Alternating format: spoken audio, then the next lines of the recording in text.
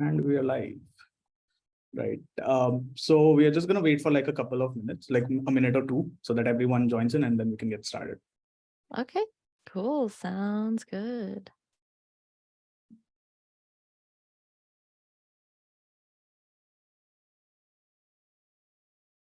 What time is it where you guys are right now? So in India, it's going to be 9 p.m. right now. Okay, cool. Must be a bit early for you over there. It's not too bad. It's 10 a.m. here. Because I'm in New York.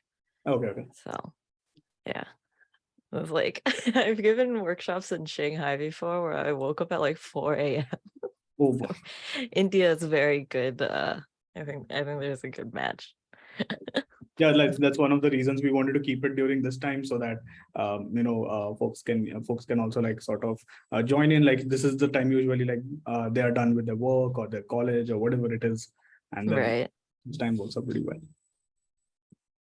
All right, I think we can get started. So I'm just going to do a very quick introduction. So first of all, thank you everyone for joining in. This is going to be the second workshop of the ETH for All workshop series, which we're going to be having. And again, this is going to be on a building on Ethereum 101, where like this is for especially for beginners who want to get started with Ethereum development, and then you're going to have like 2 weeks to the hackathon. You can learn, build, explore, so on and so forth. And to help us out with that, we have Emily with us, who is a DevRel at Truffle. So thanks a lot, Emily, for making out the time and being a part and helping the builders at ETH for All. Yeah. Okay, cool. So I guess I'll just get started. I have some slides and then we'll do some coding together. But I'll go ahead and start here.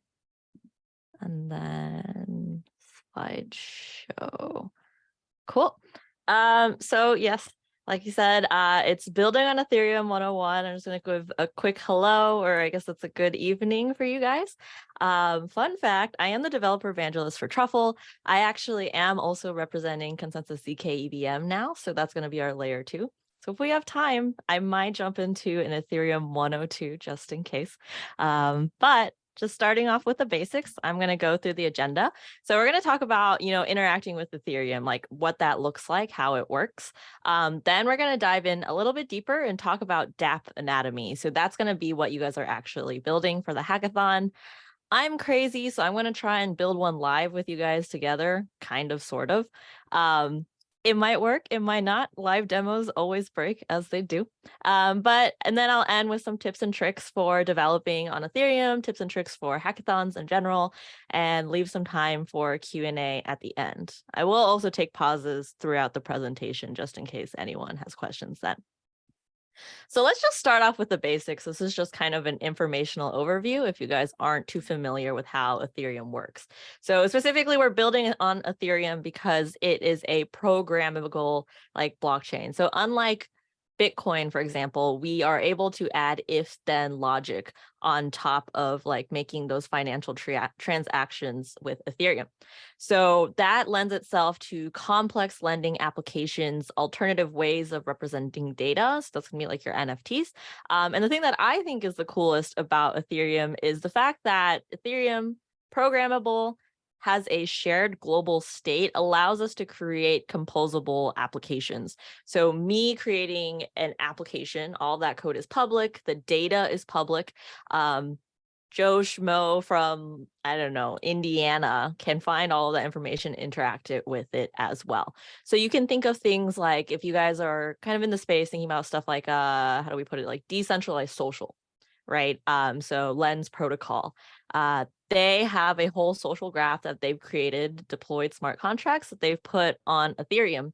And as other developers in the space, we can actually interact with those contracts, interact with the graph that they've created, the follow functionality, the profile functionality that they all have, and create our own social dApps ourselves and build on top of that ecosystem.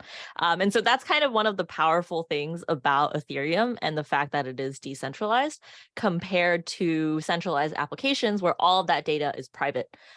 So there's really a whole host of things you can do. So what does it look like kind of in the background to interact with Ethereum? So first off, you can think of it, let's just model it as if interacting with the internet, right? So I'm going to highlight some tools that you'll need when interacting with Ethereum, as well as building your dApp itself, right? So the first part is, how do I even access Ethereum? That's going to be like your wallet. So we brand that as the gateway to Ethereum, kind of like interacting with a web browser for the internet. The wallet then talks to Infura. So Infura is a node provider.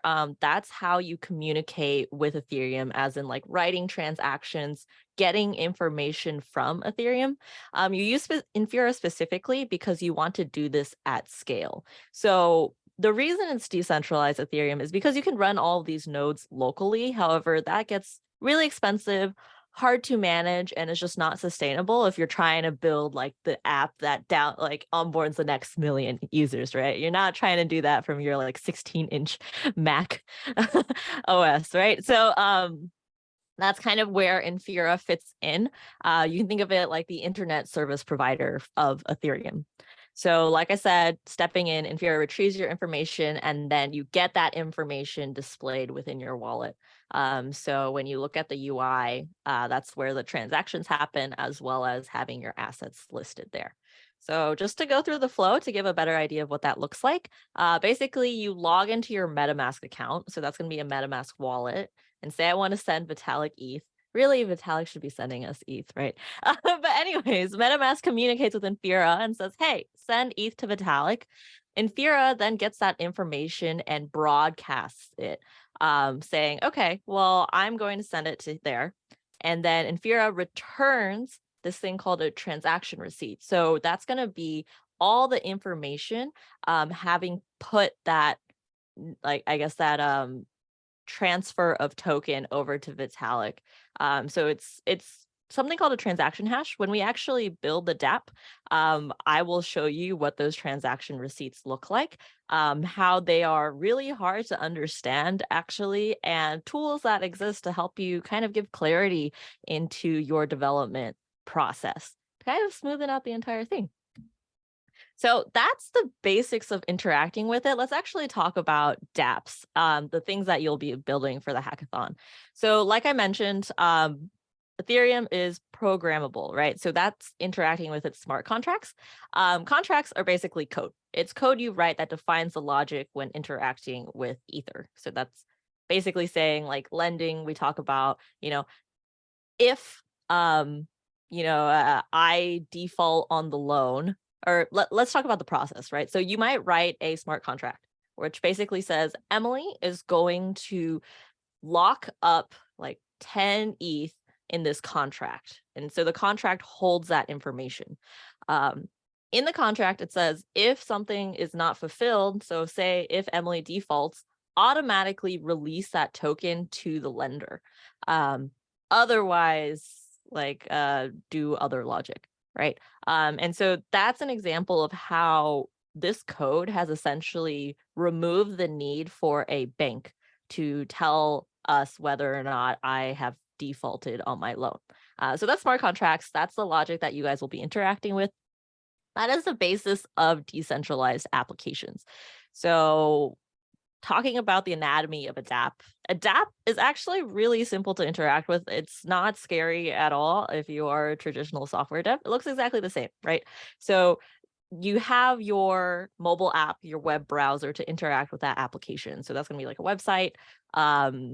Like I mentioned with social dApps, right? You can just like create Twitter now, but decentralized, because all of that logic of making the transactions, minting NFTs, doing various things instead of business logic, that's actually living now on the smart contract. And you can think of that as interacting with the data from blockchain. So that's going to be the equivalent of like an Amazon service. And then another piece of, dApp, what do you call it? dApp anatomy is going to be storage. So I've listed kind of the comparison of tools here. So if you look here on the left side, we talk about where do I store image data? That's just going to be in databases hosted by cloud services like Google, Azure, Amazon. The flip side in a decentralized application is actually decentralized storage. So if you hear things like IPFS, Filecoin. That's how you store assets associated with your like dApp. So a common way of creating an NFT, for example, is I have NFT smart contract, or sorry, I have the NFT address, right? So I have the NFT token. How does that get represented as an image within like OpenSea or in your wallet? That image asset is going to be stored in a decentralized manner through other services like IPFS, like Filecoin. So that's the anatomy of a dApp.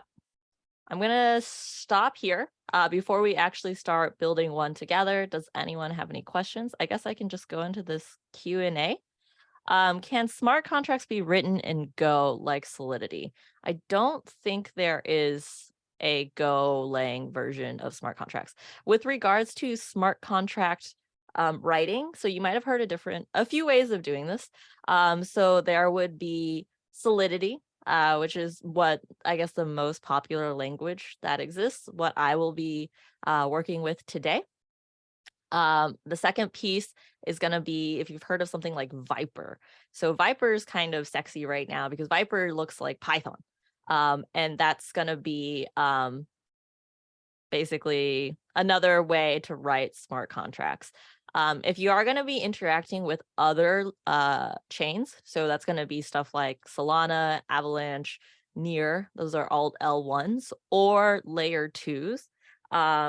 So the language might then change. With the layer 2 space specifically, if you guys don't know what that means, you can think of them as side chains that make Ethereum faster. There's kind of a variety of ways to do it. Some of them you code directly in Solidity. They're going to be EVM equivalent. If you've heard of something like Starknet, for example, you actually write code in Cairo, which is completely different. But that's like a little sneak peek into the Ethereum 102 that I'm getting into later. I hope that answered your question. Oh goodness, there's so many questions. Okay, are there any good paying job markets of people working in integrating cloud and decentralized web apps? I mean, yes. So basically you can think of Infura as the cloud provider for dApps. And we are hiring. So if that's your question, head over to consensus.net or like Twitter, DM me or something. I can send in referrals as well. Is it possible to make Web3 dApps using Node.js? Yes. I mean, so Node.js, right, is like your front end portion. So when you're building your application, that's going to be like JavaScript, Next.js, all of those frameworks. So it's exactly the same. So when you think about working for a Web3 company, you actually don't need to know Solidity at all. I can touch upon these tools later, but a really popular thing that's coming out is like JavaScript APIs. So let's touch I'll mention like Infura, right? So Infura, alongside being a provider of nodes, they also offer APIs such as like the NFT API. And so if we have time, I will go over like what it looks like to actually mint an NFT through smart contract code. It's pretty simple. But the NFT API basically exposes a JavaScript endpoint where you can just interact with that. And then on the back end, our Infura will actually be creating that smart contract, minting it, and returning that information back to you. So that's what I see as kind of like the next evolution of improving Web3 developer experience, is abstracting away the need for I guess you could say writing smart contract code. But that's going to be for very basic common use cases. Obviously, if you want to do something more complex, like creating your own lending protocol, that's going to be through what do you call it? Like actual smart contracts. Okay, I'm gonna answer questions until 10 for 2 more minutes, and then I'll keep going, and then we'll try and address everything at the end. Where does IPFS Filecoin store data on chain on servers? So IPFS Filecoin is like the same idea as Ethereum, where everything is stored on a node in a computer. So when you create NFTs, there's 2 ways of doing it. The most common way right now is through IPFS storage. So that's going to be like a URL or a URI that points to a location where all of these different computers basically have a copy of that data locally. So the traditional way of storing data in a website or like a centralized, like Facebook, right, is all that image data is in their own data servers. So if that data server crashes, if Facebook dies, whatever, all that image data is gone. But in the same way, Ethereum, everyone has a copy of that data locally, or on their node if they choose to run one. IPFS Filecoin in the same way has all that image data locally as well. So that means if like something goes away, or like there's no centralized data server that will just crash and like all your information will be gone. So one of the cool fun facts about like Ethereum, right, is because we have thousands of node providers, Ethereum has been a network that has zero downtime. As opposed to if you guys are developers. So a little bit of background, right? Like I used to work in DevOps. I feel like DevOps sucked because things would always go down, right? Like you look at Amazon and it's like, oh, the East Coast servers are down, and that's really annoying. And Ethereum like does not have that problem because of the decentralized nature of supporting the network. So I'm going to stop here and then go into actually building one to give you a little taste of what it looks like. So with regards to building a full stack dApp, with regards to building the purely smart contract portion of it, you're going to need a blockchain development environment. So I represent Truffle specifically. So that's going to be a tool to help you compile, test, and deploy your smart contracts. Alternatives you might have heard of are things like Hard Hat and Foundry, which are also really great and super popular. The second piece you'll need is Ganache, which is a local test chain. So in the development workflow, right, when you're creating your smart contracts, there are kind of 3 steps to getting it into production or mainnet. The first part is testing it locally. So Ganache will spin up a local blockchain that will basically give you fake accounts with fake money. And because it runs locally, it's really fast, right? And then the next step in development is you would actually go into test nets. So if you've heard of something like Gurley or Sepolia, those are test nets. So that's just kind of a ground where developers can interact with each other in a real environment. But again, the ether that you're exchanging with actually is not true mainnet ether. So mainnet ether is going to be the stuff that like maps to like what you're actually transacting with. It's like real money value. On a test net, actually, you are beholden to the network. So testnet transactions are slow because you have all the developers around the world interacting with it. But the ether that you use to like enact transactions, do the deployment on these test nets comes from something called a faucet. So I have a link here for faucets. So faucets essentially dispense test ether for you to start like using your apps. They're free. They're provided by, I guess, like nice people on the internet and businesses to like help you build your applications. So you'll need that if you're actually deploying to a test net. Yeah, that. Node provider, again, like I said, to actually interact with the blockchain. So that's gonna be Infura. You'll need an Infura account.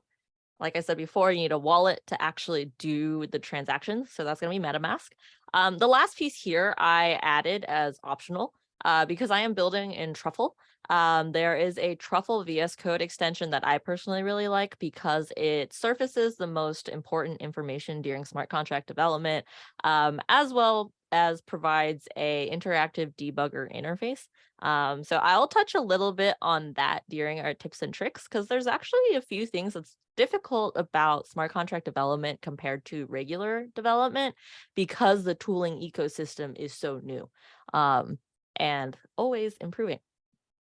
So I'm actually going to dive in to creating the dApp. So it's going to be a combination of like showing you the processes and then if you've seen like baking shows where like I show you the steps and the recipe and then I put it away and then somehow I have a cake, that's going to be the process. just to smoothen the live demo flow a little. So let's get into our demos. I'm going to bring this up a bit. So the first part is I have Truffle installed. I have Ganache installed. To start a vanilla project, I'm just going to do a Truffle init, and I can create a directory name. So let's just say devfolio empty. Devfolio. Oops, that's the wrong one.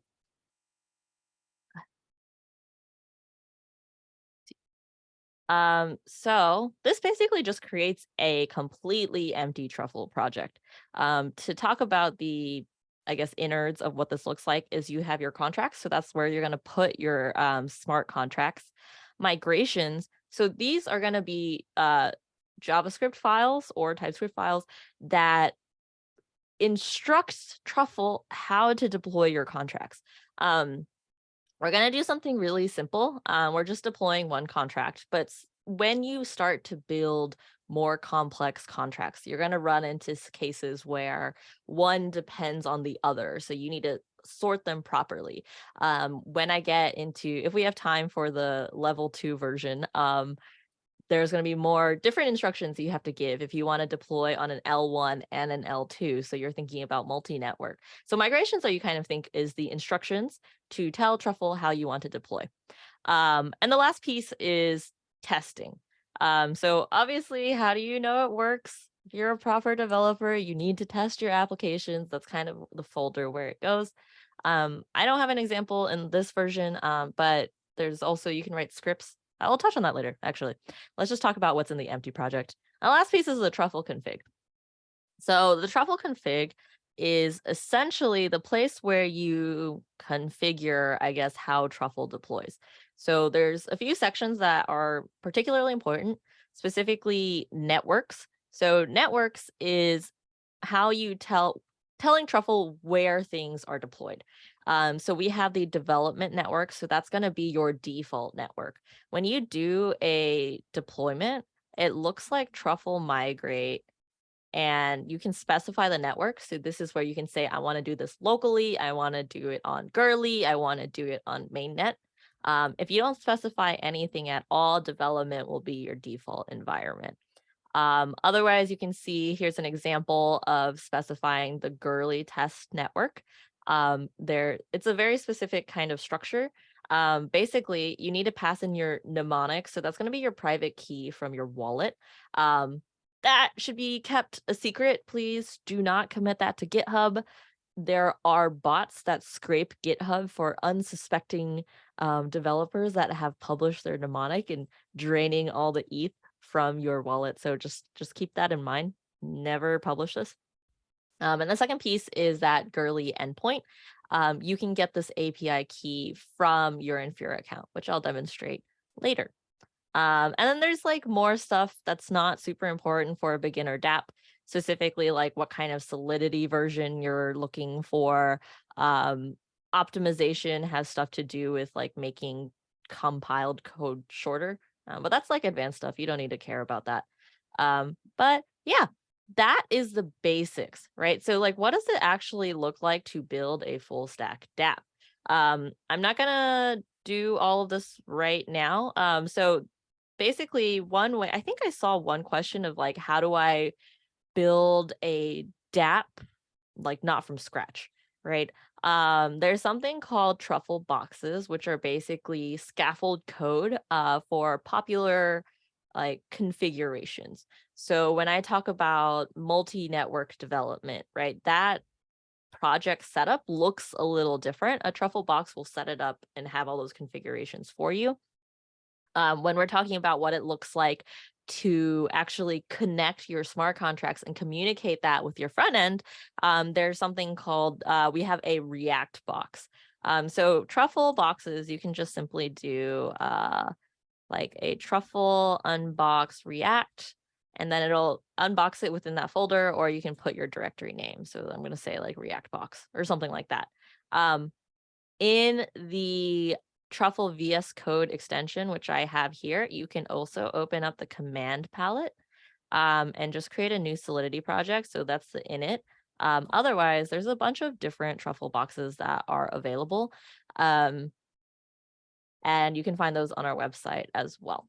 But this is where I do the magic part of, say I unboxed it. And where did it go? Is it this one?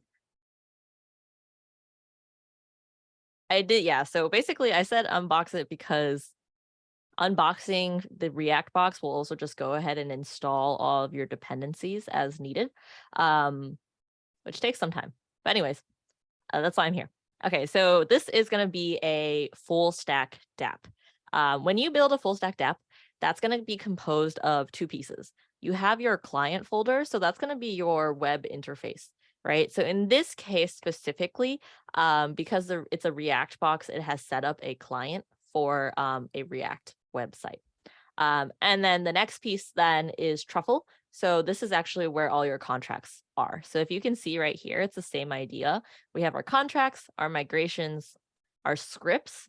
So scripts specifically are like basically if you want to interact with a contract quickly in a way that you do very often. That's a little hard to explain, so I'll actually show you how it works, and I think that will clarify things. Tests, like I said, so Truffle allows you to write tests both in JavaScript and Solidity. It's your choice. And then here again, your Truffle config. Note specifically, here's another specific configuration that happens within your network. And that is going to be a build directory. So when like in Solidity development, you need to compile your code down to something called an ABI, which is an application binary interface. And that's basically how it like basically translates it into all the different functions with their method names and their types. And that's how the front end is able to understand the methods it interacts with, as well as the EVM. And so where this is compiled to will be in different places, right? So in this specific case, it will default compile to a build directory within the Truffle. However, we want to specify that, hey, we're going to be using these contract methods within our web client. So we actually want to specify that we should redirect these build files into our client. I'm going to actually do a demo of how you go through that whole process of deploying, right? So first off, we have our smart contract. So this is our smart contract. It's super simple. It's just something that simply reads and writes value that's stored. There are more complex examples of like a rental marketplace that I've built, as well as like more complex apps that we have on our website. But just for the purposes of an Ethereum 101, I'm just going to go over something super simple, right? And then here is the deployment script. So in this specific case, we're going to look at something like it's just going to say, here's us getting that contract information through this, I guess, thing called artifacts.require. And then this is just going to be the order in which you are deploying. So specifically, we're only deploying one contract, simple storage. It has no information needs to be passed in. So it's possible if you wanted to pass in more information, you would have a constructor that says like, oh, I want this information that would be passed through here. And then the last piece is tests. It's like this, and then Solidity. So what does it look like to actually now deploy this? So there are a few ways of doing this. If you want to interact with it directly, you can do this, you can do a Truffle develop. And, oh, I'm not in the Truffle folder. Whoops. I'm gonna make this bigger so you guys can see. So Truffle develop. So Truffle develop will bring up a Ganache instance. So it's a local test chain on your localhost 9545. And then, as you can see, you have all these accounts, they're private keys, and each of these are funded with 1,000 ETH. Then you can just do a migrate. And so this will compile your contracts as well as deploy it to this specific test chain. Right. So if you go into source and then contracts, you can see this was the ABI, and that's kind of the build directory that I had been talking about before. And from this point on, you can actually now start interacting with your contracts. So that's going to be doing something like var contract equals await simple storage dot deployed. And then I can do something like contract dot write one. And this is an example of that transaction receipt that I was talking about, where it has various different types of information. If you're gonna be there, yeah. So that's the basic of it, right? If you want to bring up like a Ganache instance on its own, which is kind of helpful if you want like really fancy kind of configurations. You can also do that a variety of ways. You can open up just Ganache. This will bring it up on 8545. If you bring it up here, let me disconnect this. You can also bring it up through the VS Code extension. So I'm going to create a Ganache. I'm going to create a local one, 8545. And I can start it here. This view is cool because I can show you this, can deploy here. And so that will just do the deployment on this guy. And you can actually view a detailed view of this right here. So you can see that deployment transaction was right here. And it gives you kind of some basic information about it. And the last piece, so that's like local development, right? If you want to have interacted with this, you could just do a truffle console network. What is it called? Truffle config, right? This guy. Then we get back to this view of just doing things off the cuff. So that's going to be deploying your contract locally. The next step then would be deploying it to a test net. So there are a variety of ways of doing this. Whoops, that overwrit everything. You can go through like the Gurley network. So that would be a truffle migrate network Gurley. So this would be uncommented. Specifically, I would create, what I'd recommend is creating a, what do you call it? A touch.m file. And let's open up that file. And then you would paste your mnemonic here equals blah, blah, blah. And that information in your git ignore, you would see here, it would never get uploaded. However, Truffle does something really cool. You can deploy doing something called Truffle dashboard. So you can open up through the VS Code. I'll just go ahead and open it up through the CLI. This allows you to deploy with your MetaMask wallet. So that's going to be like you connect through your wallet. And then where did my code go? My screen is frozen. Okay, here we go. It is running. And let's create a new one. Just do a truffle migrate network dashboard. Oh, whoops, I'm not in the truffle folder.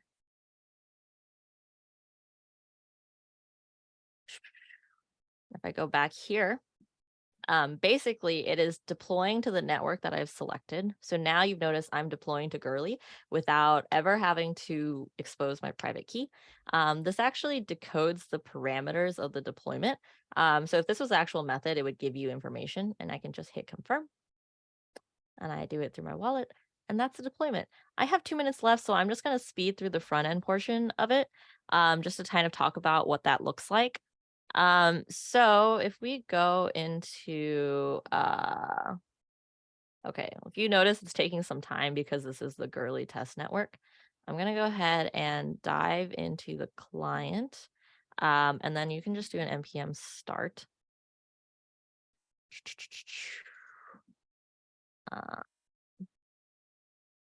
And it has basically just like a template for connecting to your MetaMask wallet. So when you're building your front end, it needs to be able to identify what network you're on. So I could change this to mainnet or Gurley or whatever, and then actually communicate through here. So if you look in the code, it's gonna be, I don't know where that is. Let's just call it dot right, or let's look for it. Um, Something like this, right? So you would get that contract information. Um, this is done in a fancy way. But basically it pulls in that contract information from the JSON. And then where was I? You can just call the method and then write and you send it. And there's different ways. This is being done through Web3.js. There's also another library called Ethers.js that is also, you can use it if you so desire. I don't have time to go over hackathon tips and tricks, but I'm happy to, we're at 11. I don't know, we should answer some questions right now. Unfortunately, I was not able to get to the cool part, but how do I think we can take some time and definitely cover that. There's no issues in that. Okay, cool. Yeah, so things that I think are really important to note when you are, I guess, developing are a few things. First being, if you are using truffles specifically, let me hide these again. There's something called the truffle debugger. So you might be like, oh, what is actually happening in my code? So let me do actually, let's get into the truffle console. Uh, Forgot what it was called. Did I ever do that? Here. Okay. So, oh, whoops. I need to define that. Okay, let me do this instead. Let me disconnect this. Let's create a separate Ganache instant this way. Or okay. Sorry. This is going to be a little weird. I'm going to create a Ganache locally like this. I can connect to it. So say you had run it differently here, and then we'll just call it development. It's listening here because I've connected to it. I'm going to uncomment this because this was automatically run on 8545. So I can do something called a truffle. Let's do truffle console. This will default to that network. Can do a migrate. So that will compile and then deploy in one go. And then I'm going to do that same thing where I'm going to interact with the contract storage dot deployed. And then you can do in a way contract dot write one. And so say I wrote one and I was like really confused why it wasn't working. Because I forgot, or say I passed in the wrong value and I was reading 2 and I didn't know why. I can do this thing called debugging. So I can do Command P, go to the palette. Command Shift P. And then you can debug transactions. So you go to the Ganache server, and then specifically in the right, you can go and see what happens. So specifically, we are in the right, and you can hit play, and you'll have all of that information here. So new value was 1, right? And you can imagine with a more complex contract, that's really helpful. Do note this is only available if you are using Truffle. If you are starting with Hard Hat, though, instead, you can actually use it through the CLI. So that's going to be something like taking this transaction hash, escape, and you can do a truffle debug this guy. And it's the same idea. It's going to be all through the CLI, but you can use that with Hard Hat if you don't start with Truffle. Other things I talk about when debugging that are really helpful are console log. So print statements, that's how it goes. And the last piece I wanted to just highlight again, or I already talked about it, is truffle boxes, right? So that's going to be scaffold code. I'll give you an example. This will be helpful for one of our bounties if you desire to participate in it. There's something called, we have a truffle optimism box, which specifically lays out the, the needs for deploying multi-network. So as you can see here, there's a section for Ethereum contracts. versus optimism contracts. You'll have a truffle config for your Ethereum contracts. So it tells it, hey, actually get your contracts from here. Otherwise, if it's the optimism, I guess, configuration, that is where you would go to get that information. So again, it would be something like this, right? But instead, you also need to do a config and then specify that you want to use, which configuration you want to use. So that's an example of like a truffle box getting you started pretty quickly. Other features that might be helpful for development, like I had mentioned, the cool thing about Ethereum is that it creates composable applications. So if you want to interact with a contract that, say, I did one with Push Protocol who does notifications. If you want to interact with that contract, they deployed that contract on Gurley. You can choose to interact it with on the Gurley testnet. Again, that's expensive, that's slow. You can do something called Ganache forking. So you would just do a Ganache fork, and you can either fork Gurley, you can fork mainnet. And what this does actually, oh, whoops, it's already in use. So I'm going to do a port 7545. This will copy the entire state of the blockchain of Gurley locally that you can now interact with. So again, you're using that fake 1000 ETH and fake accounts to do everything on your computer really fast. This is powered by Infura's free archive node access. So it's a really nice way of interacting with existing contracts if you so desire. That's kind of everything that I wanted to cover. Let me see what I had. So like I said, boxes, networks, you can specify, what do I want to say? Console is that off the cuff, like if you just want to interact with immediately versus writing a script. Console log debugger, so you can do it through the VS Code. You can also interrupt test if you want to debug specific like calls in your tests. Dashboard, I mentioned forking. Yeah, that's it. I want to give you, actually, this is cool.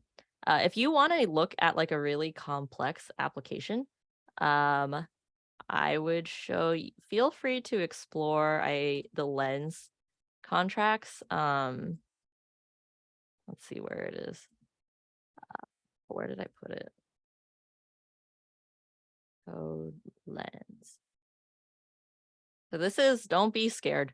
But here's like a bunch of really complex contracts that all interact with each other.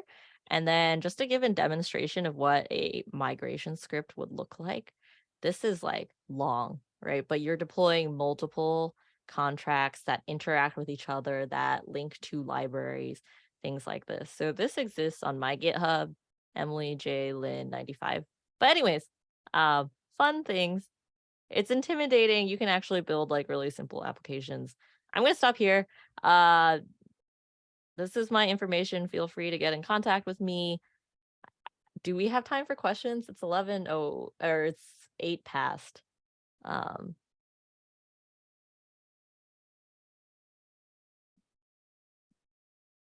Did I? Okay, I'll just go ahead and answer questions then. How can we not deal with front-end development? So like I had mentioned, that's going to be, what do you call it? Doing things like templated code, React. So you're always going to need front-end development for a full stack dApp. If you want to build smart contracts and you only want to interact with the smart contracts, then you don't need that, obviously.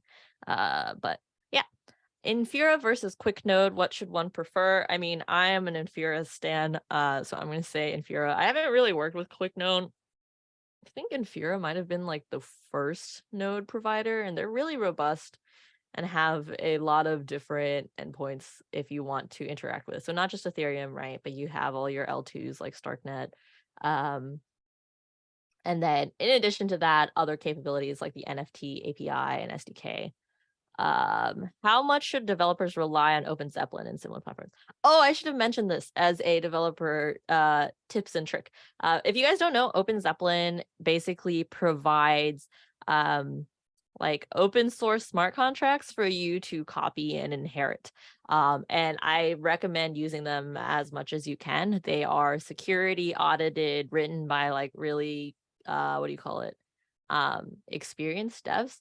So if you go through examples that, for example, like create your first NFT smart contract, the way that works is NFTs are defined by an ERC. So you can think of that as an interface with very specific functions that need, and then you implement those functions how you want it to do. But Open Zeppelin actually has created like base NFT implementations that will do the most basic steps of like burning, transferring, doing all of that. And you can inherit that base code to customize NFT functionality on your own. So that makes development a lot faster, a lot easier. There are a bunch of examples online. If you go to the Truffle website, we have a series called Unleashed that goes through various use cases that you can kind of look through and copy. What to learn to manage databases of Web3 apps? I'm not entirely sure what that question means. If you mean like how to, tutorials, I'm gonna skip that one. Is Remix better for beginners? Yes, Remix is better for beginners. Remix is not good for if you're actually building a full application. So if you want to just like play around with smart contracts, yeah, Remix is good. Difference between girly like testnets and ganache. So I guess girly like testnets and ganache. So I'm assuming you mean by girly like as in like girly versus Sepolia testnets. I actually don't know the difference, but like I said, ganache runs locally. Girly is you're interacting with everybody. So it's slow, it requires actual ETH, which comes limited. Yeah, cool. And then I'm not sure which link to send, but I you can think they might be asking for the link to the slides. Oh, link to the slides. Yeah, okay, cool. I will grab that. It's not public, but I will do that right now. Cool. That's everything. Thanks for letting me go over time. Let me grab that slide link really fast.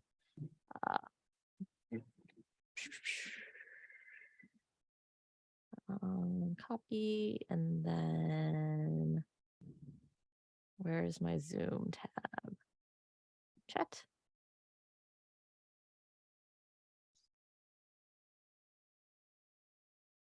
Yeah. Okay, cool. That is all I have. I don't know if there's anything, or I could just say peace. Good luck, guys. Yep. So thanks a lot, Emily, for taking out the time. And, this was a really great 101. I feel like, like even at Eat for All, I think we, like from all the participants who are going to be building at the hackathon, I think around 60 to 70% are new to Ethereum. And that's why I feel that, this workshop would really be helpful. And thanks a lot for all the help. And we'll see you soon. Yeah. Cool. Good luck, guys. Yeah. Thanks, Bye. everyone.